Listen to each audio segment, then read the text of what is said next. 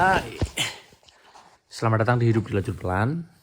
Selamat datang buat teman-temanku, selamat datang buat orang-orang baru yang menonton, selamat datang buat calon anakku yang besok mau menonton mungkin kalau punya, kena ada yang tahu. Oke, hari ini adalah tanggal 26 Februari 2025. Sekarang jam 10 malam. Alhamdulillah banget hari ini izin live update. Hari ini saya banyak merasakan sesuatu yang mendebarkan. Selama hidup dari tahun 2023, dari 2003, saya kelahiran 2003. Berarti saya sudah 22 tahun hidup. Saya banyak sekali melakukan kegiatan-kegiatan yang bisa dibilang apa ya? Kayak unik sih gitu loh. Kalau dipikir siapa sih sarjana yang mau buat ngangkat-ngangkat bata ringan? Siapa sih sarjana yang mau jadi kernet atau jadi asisten driver atau jadi supir cadangan truk tronton? Siapa sih sarjana yang mau buat nggak kerja di BUMN yang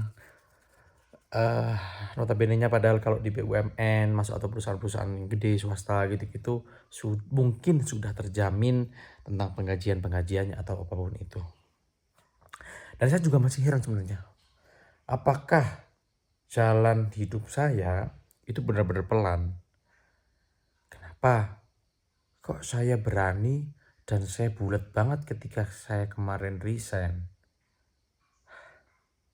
Dan sekarang saya baru merasakan sesuatu yang kayak oke, hidup tuh nggak seperti apa yang saya kira dan saya pikirkan gitu loh. Gitu, hidup tuh ya belok-belokannya tuh banyak banget. Kayak saya harus banyak melewati rintangan.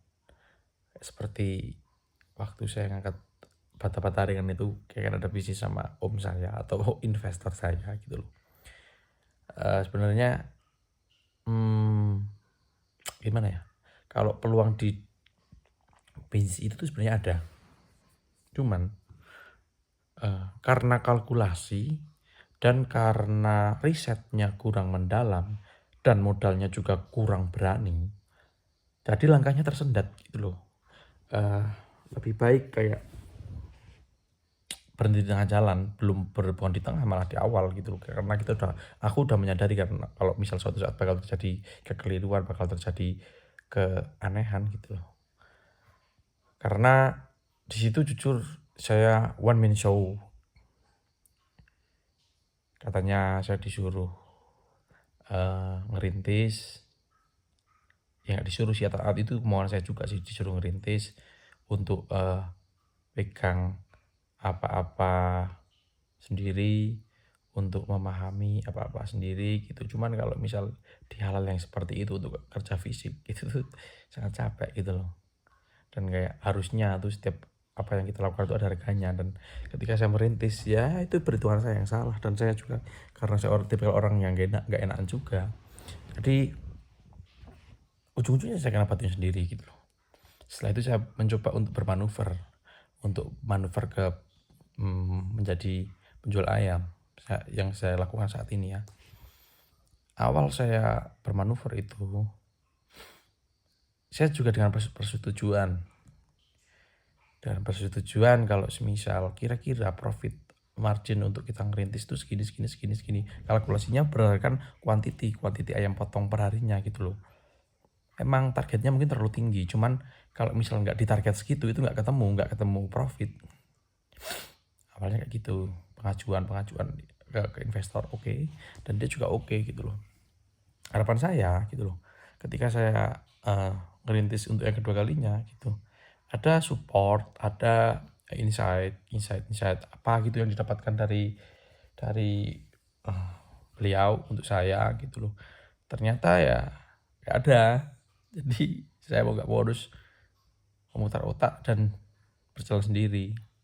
Saya jujur, saya nggak ada bakat, nggak ada basic untuk mengerjakan apapun dalam mengerjakan tentang perayaman perpotongan ayam itu sendirian itu saya nggak bisa karena saya nggak ada basicnya. Nah, karena kita dikejar waktu sebenarnya gitu loh. Saya juga dikejar waktu karena emang ada target di hidup saya gitu loh. Di umur sekian saya udah harus ini. Saya paling enggak ketika saya resign saya udah bisa harus menghasilkan sesuatu gitu loh. Tapi ketika membuka setelah saya berpindah dari apa namanya? Dari bisnis batarian itu pindah ke ayam, saya juga butuh yang namanya karyawan. Dalam artian saya tuh karena saya takut jujur ketika memulai sesuatu tapi saya belum punya dasarnya. Saya bukan orang senekat itu gitu loh. Karena ada kaidah-kaidahnya mungkin untuk pemotongan-pemotongan ayam ya.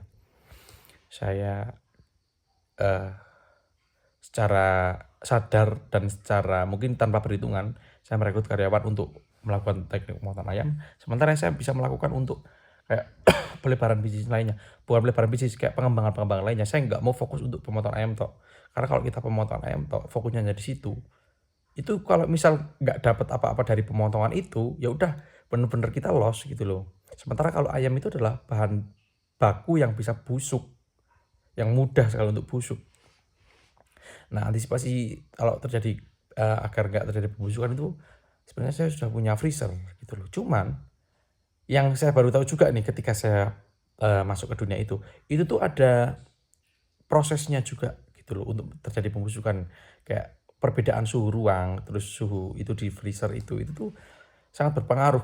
Ibaratnya kayak ayam keluar masuk, kalau nggak udah di display habis itu dimasukin lagi terus dikeluarin lagi itu mudah banget busuk karena dari anget ke dingin, secara logikanya gitu, secara gampangnya gitu. Anget, dingin, jadi ayam itu masuk angin. Nah, antisipasi saya adalah dengan penjualan marinasi ikan.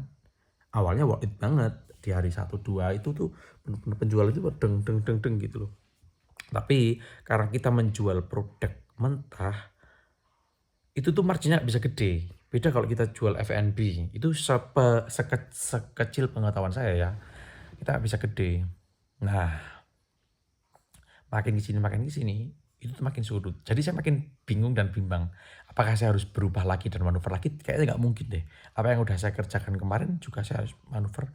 Tapi ya karena pertimbangan-pertimbangan yang belum matang, akhirnya jadi seperti ini. Dan besok manuver saya adalah dari ayam-ayam yang ibaratnya kayak belum bisa keluar hari itu, yang harusnya dijual tapi belum laku, biasanya saya langsung tak ungkap jadi ayam ungkep, ayam bumbu itu kuning itu, terus tak masukkan freezer. Terus saya jual udah bentuk ayam vakum frozen gitu loh, jadi mereka kalau beli tinggal goreng.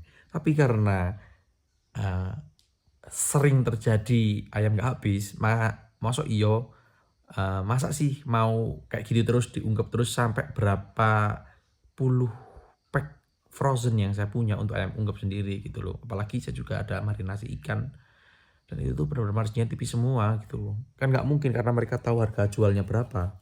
Misal harga ayam potongan tahu sekilonya sekarang 40.000, 39.000, saya misalnya jualnya 20.000 aja, wow, kok isinya segini tak gitu. Beda kalau kita jual F&B, kita jual barang-barang yang udah jadi plus bumbu-bumbu apa, kayak plus nasi, kayak plus apa, kayak fried chicken, kayak McD dan sebagainya, gitu kan kita nggak perlu tahu keuntungannya berapa. Mungkin saya mau menjajah ke daerah situ, jadi ibaratnya kayak ke lingkungan F&B yang siap saji. Cuman saya masih deg-degan juga nih karena develop saya itu benar-benar harus cepat, dan saya harus dipaksa untuk berpikir kritis gimana caranya nih ayam yang nggak laku hari ini besok udah bisa jadi produk. Nah, ini saya sebenarnya lagi merintis untuk pengembangan produk itu. Cuman kendalanya adalah sekarang adalah waktu dan momen, karena mendekati momen lebaran dan sekarang momen puasa gitu loh. Jadi apa sih yang bisa saya jual di momen-momen seperti ini? Padahal kalau track lokasi yang saya buka usaha untuk ayam potong itu tuh bagus banget. Artinya kayak perputaran di jam-jam orang nyari takjil itu tuh kencang banget. Cuman jarang pada yang melihat ke saya karena saya jualan bahan yang mentah. Mungkin seperti itu ya. So, nggak tahu nih, dalam beberapa hari ke depan saya harus meriset dan saya harus mendapatkan insight baru dan segera harus cepat melakukan sesuatu. Semoga sesuatu itu ada hikmahnya untuk saya. Kalau nggak ada hikmahnya untuk saya, ya saya harus menyadari kalau hidup tuh benar-benar nggak semuanya tentang apa yang kita mau. So, terima kasih. Jadi kita nggak tahu kelanjutannya kan ada seperti apa. Bye.